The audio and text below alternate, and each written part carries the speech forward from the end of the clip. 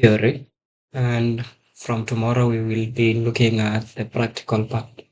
There is this link that I've shared with you for the presentation that we will use for today's class.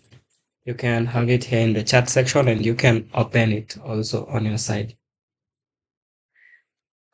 Okay, so let's start. So we are looking at big data. So big data is a collection of data that is huge in volume, yet exponentially growing with time. So this is data that is growing quite fast. And since it's growing quite fast, it means that its size is also huge. And also, it means that this data is complex. And when analyzing it, you will experience challenges when doing so. So it is a data that is so large in size and complex that none of the traditional data management tools can store it and process it efficiently. So big data is also data that is huge in size. So what is an example of big data? So we have the New York Stock Exchange data, and if you look at the stock exchange data, so this data is being generated each and every second. So for every second, we have a price of an item. For example, maybe let's say the Tesla stock. Each second we have for each day, for each year, we have a price for that given asset. So how large will that data set be if you are collecting it on a daily basis? So it will be quite big. We have social media data. So the statistics show that 500 plus terabytes of new data get ingested into the database of social media sites, Facebook, each and every day. So this data is mainly generated in terms of photo, video uploads, message exchange, and comments. Okay. And also a third example would be a single jet engine. So a single jet engine can generate 10 plus terabytes of data in 30 minutes of flight time. So with many thousands flights per day, generation of data reaches up to many petabytes a day. And remember, we don't have single plane flying up in the sky. During the day, we have multiple of them. So what are the types of big data? So we have structured, unstructured, and semi-structured. So just like in machine learning, we had supervised, and the supervised models, and supervised and the semi-supervised. So what is structured data? So a structured data is data that is stored in a table format whereby you can understand what is stored in that table. So any data that can be stored, accessed, and processed in the form of a fixed format is termed as a structured data. Over the period of time, talent in computer science has achieved greater success in developing techniques for working with such kind of data where the format is well known in advance and also driving value out of it. However, nowadays we are foreseeing issues when a size of such data grows to a huge extent. Typically, sizes are being in the range of multiple zettabytes. Okay, any questions concerning the structured data?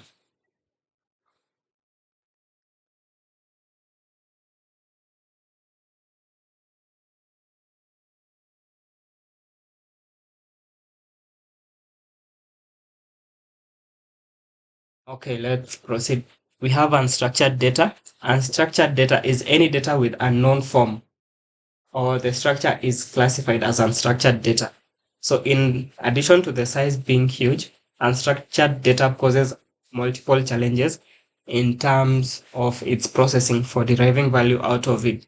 A typical example of unstructured data is a heterogeneous data source containing a combination of simple text files, images, and videos. So nowadays, organizations have wealth of data available with them, but unfortunately, they don't know how to derive value out of it since this data is in its raw form or unstructured format.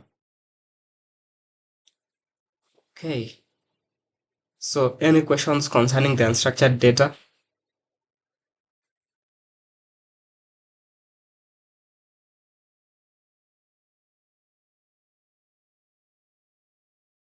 So for unstructured data, you can think of it as this. Let's say you are working in a farm, and in that farm, you've been maybe monitoring the crops that you have there. So this data is in the form of videos, for example. So for these videos that you have there, how will you analyze them? How will you extract insights from these images? So that means you would have a challenge of maybe working with unstructured data. And analyzing unstructured data is quite hard. Then we have semi-structured data. So semi-structured data contains both the forms of data. So we can see semi-structured data as a structured in form, but it is actually not defined with maybe a table definition. So for example, we can have an XML file and we can check maybe a sample XML file. So this is how XML looks like. If I open this image in a new tab. So here you can see we have some tags. So student ID, first name, last name, certificate. So if you are not someone who is in the programming field, you won't be able to like maybe interpret what you have here well.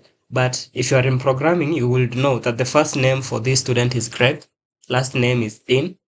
Does he have a certificate? True. What were the module score? So he had 70, 80, and 90. Then we had a second student called Watwood. He has a certificate, then these were his scores. So 80, 80, 80.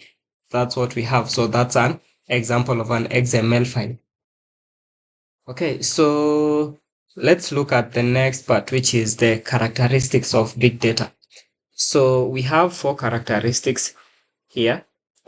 So we have volume, variety, velocity, and variability.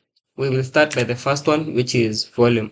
And just as the name suggests, this is based on size. Okay. So big data is big, or let's say the volume is huge because you are dealing with data that is maybe increasing over time. So the name big data itself is related to a size in which is enormous.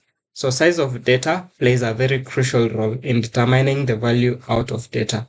Also, whether particular data can actually be considered as big data or not is dependent upon the volume of data. Hence, volume is one of the characteristics which needs to be considered while dealing with big data solutions. Then variety, so refers to the heterogeneous sources and the nature of data. So both structured and unstructured. During earlier days, spreadsheets and databases were the only sources of data considered by most of the applications.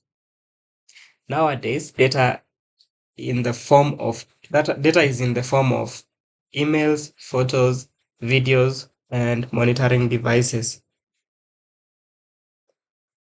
And this means that the analysis of this data will be hard because you can see we have different types of data that we are dealing with here. So this variety of unstructured data poses certain issues such as storage, mining, and analyzing of the data. Then we have velocity. So the term velocity refers to the speed of generation of data. So how fast the data is generated and processed to meet the demands. So for example, social media data and sensors data do take a lot of time to be processed, okay? And if you maybe check social media data, so we have data that is being generated each and every second. So we have a person maybe posting a comment, someone posting a new post, and someone maybe uploading a new image. So this data is being generated at a fast pace in which you cannot track. So for example, another example would be Safaricom transactions. So there is someone transacting now while we are talking, and maybe not a single person, maybe hundreds of them transacting right now. And that's where velocity comes in. Then we have variability. This refers to the inconsistency, which can be shown by the data at times. So that's hampering the process of being able to handle and manage the data effectively. Then we are going to summarize what we've looked at for today, and then I'm going to give you time to at least maybe look at what we've done today and generate your own notes. So, summary, we've defined what big data is. I've shown you some examples of big data, and I've told you the different types of big data we could have, which is structured, unstructured, and semi-structured. And we've looked at the characteristics of big data. So the volume, variety, velocity, and variability. And that brings us to the end of today's session, as short as it is.